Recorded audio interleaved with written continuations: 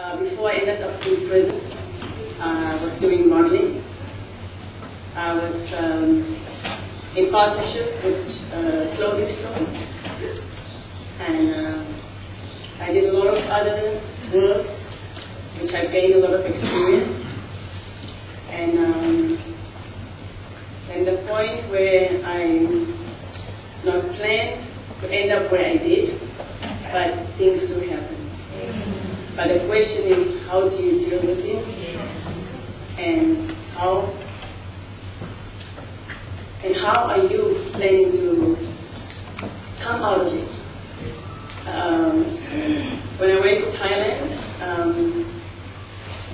I was arrested for drug trafficking. When I looked at this paper, it says that don't keep quiet, shout, shout, let it all out. These are the things we should talk about. And I'm not ashamed today to say that I was in Thailand prison for 16 years and 6 months and 16 days. And I'm standing here because of the grace of God. I was sentenced to life. I was 3 months pregnant at that time. Well, I had no hope and just thought I was 20 years old, so 120, I don't think I can make it. I was worried about my child, what I will do with her and what's going to happen with her. My situation was a journey that I will never forget. All of us at times, we find ourselves in situations that is very difficult, and sometimes we don't even know how to deal with it. We don't even know which way to go, where to look, where to go, where to ask for help. But through that situation, you do learn, you do grow, and you do find meaning in life and what you were called to do. One of my difficult situations was that when I had a life sentence, and I didn't know how to let my mother know about it. And I was in prison for drug trafficking, and I was pregnant. And that was the most difficult thing that I didn't know how to handle. My mom ended up in the hospital because she couldn't deal with the situation. And my daughter, when I gave birth, it was a very difficult experience.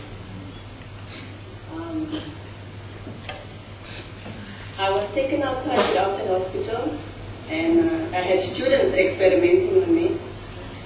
They were 16 students, you know. And my giving birth was very difficult because the way it was done, and it's Thai way, I guess, but to us as foreigners, it was a real new experience. I wasn't given a pillow, I was just laid flat on the bed. And the more I could tell them I couldn't breathe, the more they tell me that is the normal way we have to give birth. And they had these 16 students experimenting on me. I had no strength because of, I was in labor pain for almost 2 days, and I was very weak. But because they said my child was beginning to swallow water, they had to get a nurse on top of me to press the child out. And they had to press the afterbirth out as well, but she survived. So I thank God for that. She stayed with me for 3 years, and at the time that she turned 3, according to the prison policy, she had to be returned home, and that was the most difficult time for me. I didn't know how to tell a 3-year-old that she's going to leave her mother. I took some time to let myself know that I have to let her go. And a very special friend of mine that we went to school together, she asked my mom if she could take my child, because my child was the same age as her child. My mom said it's okay. And when they came to take her, I prepared her to tell her that things in prison is difficult, but outside is very good, and there's hot water and all that. Eventually she got a picture and she said, I want to go to South Africa. The day when they came to take her, and just 15 minutes before her departure, she told me, I'm not going anywhere. felt like my heart was torn in two, and I was like, oh God, how do I handle this? And my friends just scattered, and they had no strength. They all were crying, and I was sitting there, and I'm looking at her, and she's like, I'm not going nowhere. But I just said, oh Jesus, please just give me the strength. Give me those words, and just change her mind. And just 5 minutes before 3, when they had to close the visit, she told me that, you promised me you're coming home. I said, yes, I am. He said, then I'll go. When she walked out of that gate, she came up 10 times. He smiled.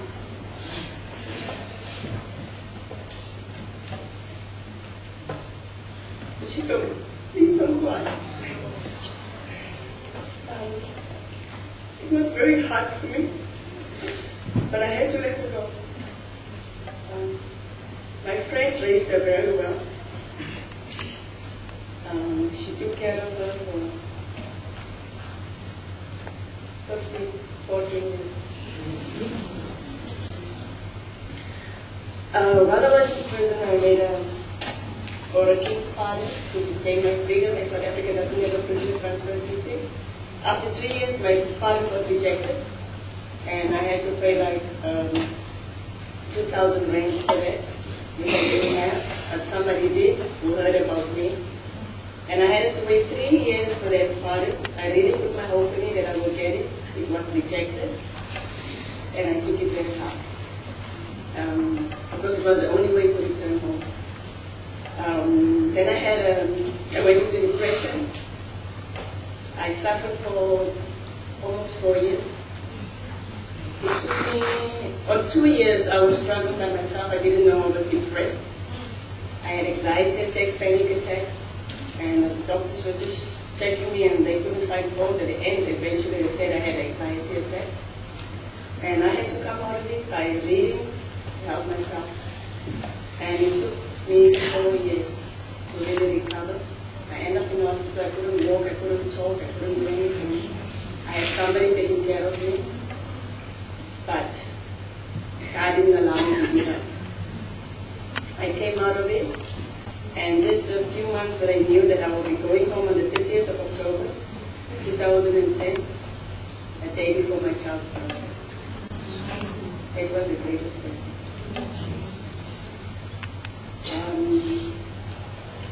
Then my friend took care of my daughter. She heard that I was coming home. She was very excited, planning a big lockdown party. And just a few weeks before I was ready to come home, I got news that she died of a heart attack.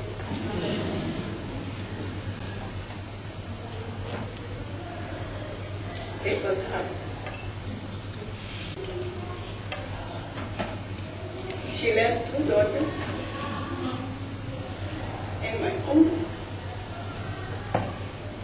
I really didn't know what to do. I didn't even have the chance to say thank you for raising my daughter.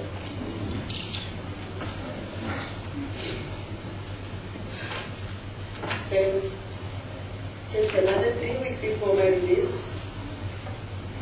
I had news my sister died. I just didn't know what to do anymore. But